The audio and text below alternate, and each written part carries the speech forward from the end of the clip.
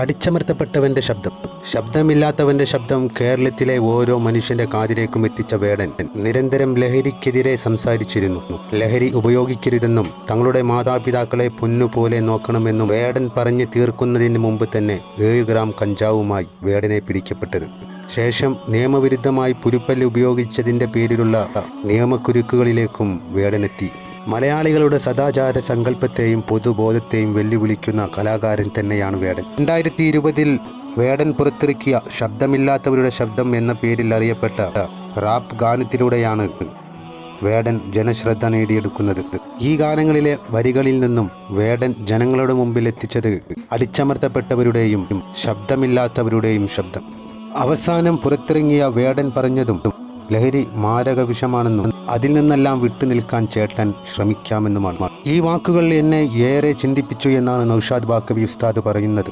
മറ്റൊരു കലാകാരനും ഇത്തരം വേളയിൽ ഇങ്ങനെയൊരു വാക്ക് പറയാൻ അവർക്കാർക്കും കഴിഞ്ഞില്ല എന്നതും രാഷ്ട്രീയ ബോധത്തെയും വർഗവിവേചനത്തെയും കുറിച്ച് സംസാരിക്കുന്ന വേടനെ ഇനിയും കെണിയിലാക്കാൻ നിഗൂഢ ശക്തികൾ ശ്രമിക്കുമെന്നും നൗഷാദ് ബാക്കവി ഉസ്താദ് പറയുന്നു. വോയിസ് ഓഫ് വോയിസ്ലെസ് എന്ന് പറഞ്ഞ് ശബ്ദമില്ലാത്തവരുടെ ശബ്ദമാണെന്ന് പറഞ്ഞ് പാട്ടുകൾ എഴുതി അടിച്ചമർത്തപ്പെട്ട, ചതച്ചരയ്ക്കപ്പെട്ട, വലിച്ചിഴയ്ക്കപ്പെട്ട, ഞെരിച്ചമർത്തപ്പെട്ട, ഞെക്കിപ്പിഴിഞ്ഞ് മനുഷ്യന്റെ മുഴുവൻ മൂല്യങ്ങളെയും തകർത്തെറിയാൻ വേണ്ടി രാക്ഷസ്വഭാവത്തിന്റെ കാലുകൾ കൊണ്ട് ചവിട്ടിത്തേക്കപ്പെട്ട ഒരു സംഘത്തിനെ ഉറക്കെ പറയാൻ തന്റെ കലയിലൂടെ രംഗത്ത് വന്ന ഒരു കലാകാരനെ അറസ്റ്റ് ചെയ്ത് കൊണ്ടുപോകുമ്പോൾ സത്യത്തിൽ ആ വാർത്ത കേട്ടിട്ട് ഞാൻ ഞെട്ടിപ്പോയി.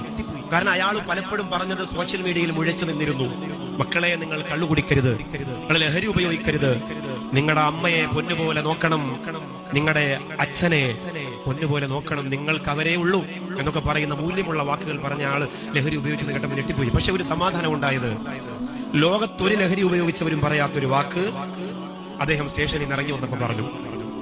ലോകത്ത് കഞ്ചാവ് ഉപയോഗിച്ചവരും എഡിഎം ഉപയോഗിച്ചവരും കണ്ണുകുടിച്ചവരും ലഹരി പ്രാന്തന്മാരും ഒന്നും പറയാത്ത ഒരു മനോഹരമായ വാക്ക്, അത് കണ്ടിട്ട് എത്ര സന്തോഷം ഉണ്ടായിന്നറിയോ എനിക്ക്. എന്താണ് അദ്ദേഹം പറഞ്ഞത്? അനുജന്മാരോട്, എന്റെ അനുജത്തിമാരോട് പറയാണ്, ഈ ചേട്ടനോട് നിങ്ങൾ ക്ഷമിക്കണം. എന്തൊരു വാക്കാണത്, എന്തൊരു വാക്കാണത്! ഈ ചേട്ടനോട് നിങ്ങൾ ക്ഷമിക്കണം, ചേട്ടനിൽ നന്നാവാൻ ശ്രമിക്കും. ചേട്ടന് സംഭവിച്ചു പോയി. ഒരു കുടിയൻ ഏത് മേഖലയിലാവട്ടെ, ഇന്നുവരെ ഏതെങ്കിലും ഒരു സിനിമാ നടൻ പറഞ്ഞിട്ടുണ്ടോ അങ്ങനെ ഒരു വാക്ക്?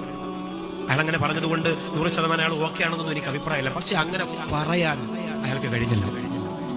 അടിത്തട്ടിൽ കിടക്കുന്ന ആർക്കും വേണ്ടാത്ത പാവങ്ങൾക്ക് ഒരു സന്തോഷമുള്ള വാക്കായിരുന്നു അത്. അദ്ദേഹത്തിന്റെ ചില വരികളിൽ ഫലസ്തീനിൽ ചതച്ചരയ്ക്കപ്പെട്ട പാവങ്ങൾ പോലും ഉണ്ട് എന്നറിയുമ്പോ അത്ഭുതം തോന്നിപ്പോ. എങ്ങനെയാണ് പിന്നെ വർഗീയ രാക്ഷസന്മാർക്ക് അദ്ദേഹത്തിനോട് വെറുപ്പ് വരാതിരിക്കുന്നത്? എന്തെങ്കിലും പറഞ്ഞ് ഇപ്പൊ വിട്ടത് ഞാൻ പറയുന്നു, ഇപ്പൊ വിട്ടത് കാര്യമാക്കണ്ട, അയാളെ ഉടനെ പിടിക്കപ്പെടും. എന്തെങ്കിലും ഒരു കുരുക്ക് ആ പാവപ്പെട്ടവന്റെ കഴുത്തിലേക്ക് എറിയാൻ രാക്ഷസന്മാര് കാത്തിരിക്കുന്നുണ്ട്.